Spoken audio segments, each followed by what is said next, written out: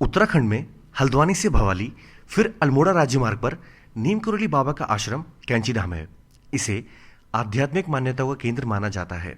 लेकिन कभी आपने सोचा है कि उनके आश्रम का नाम कैंची धाम में क्यों पड़ा, कुछ और क्यों नहीं?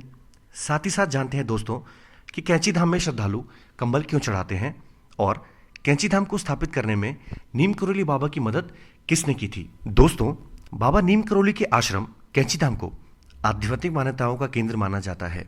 फेसबुक के संस्थापक मार्क जुकरबर्ग और एप्पल के संस्थापक स्टीव जॉब्स के अलावा दुनिया भर से कई दिग्गजों के कैंची धाम पहुंचने तथा जीवन को बदलने वाले अनुभवों की कहानियां प्रसिद्ध हैं।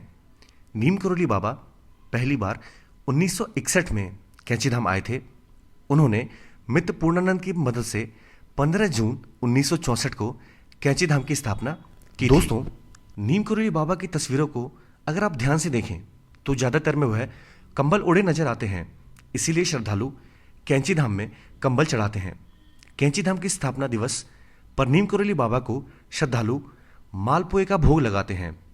इस भोग को तैयार करने के लिए हर साल मथुरा से दर्जनों कारीगर कैंची धाम पहुंचते हैं। धाम का स्थापना दिवस हर साल 15 जून को मनाया जाता है। धाम में हनुमान जी और बाकी देवी देवताओं की मूर्ति भी स्थापित है, जो कि हर वर्ष 15 जून को ही स्थापित की गई है। दोस्तों, बाबा नीम करोली ने 15 जून की तारीख को ही कैंची धाम के प्रतिष्ठा दिवस के लिए तय किया था। उन्होंने 10 सितंबर 1973 को शरीर त्याग कर महासमाधि ले ली थी। उनके समाधि लेने के बाद उनके अस्थि कलश को धाम में ही स्थापित किया गया था।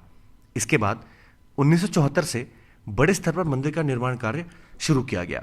कहा जाता है कि महज 17 साल की उम्र में ही बाबा नीम करोली को ईश्वर के बारे में विशेष ज्ञान प्राप्त हो गया। दोस्तों, कैंची धाम आश्रम की ओर जाने वाली सड़कों पर कैंची के फलकों की तरह 2 तीखे मोड़ हैं। इसी वजह से धाम का नाम कैंची धाम पड़ा। नीम करोली बाबा हनुमान जी को अपना आराध्य मानते थे।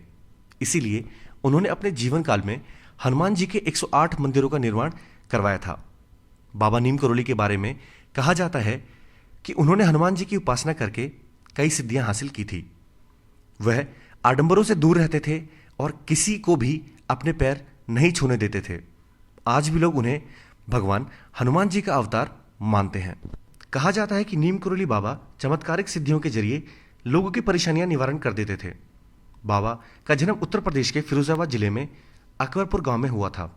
आश्रम की स्थापना के बाद चमत्कारों की कहानियां विदेश तक पहुंच गई थीं। नीम करोली बाबा से जुड़ा एक किस्सा काफी सुनाया जाता है। कहा जाता है कि कैंची धाम में एक बार भंडारा चल रहा था और घी कम पड़ गया। बाबा ने नदी से पानी भरकर लाने को कहा। भक्त बड़े बड़े कनस्तर में पानी भरकर लाए और पानी घी बन गया। दोस्तों, बाबा नीम करोली के चमत्कारियों की कहानियों में एक और कहानी काफी सुनाई जाती है। कहा जाता है कि बाबा का एक भक्त गर्मी के कारण तप रहा था। उसे तेज बुखार हो गया था। शरीर का तापमान लगातार बढ़ता जा रहा था। बाबा नीम करोली ने उस भक्त को तपती धूप से बचाने के लिए बादलों की छतरी बनाई और उसे वहां तक पहुंचाया जहां उसको जाना था। तो दोस्तों, इस वीडियो में सिर्फ इतना ही। और हाँ, अगर आप अभी तक नीम करोली बाबा नहीं गए, अर्थात कैंची धाम अगर आप अभी तक नहीं गए, तो एक बार जरूर जाएं और वहां मंदिर में जाकर मंदिर के चमत्कारिक तथा सुकूनदायक वातावरण का महसूस जरूर करें। दोस्तों, मंदिर के बाहर आपको दुकानें मिल जाएंगी जहां बाबा की फ़ोटो आपको आसानी से मिल जाएगा। तो इस वीडियो में सिर्फ इतना ही।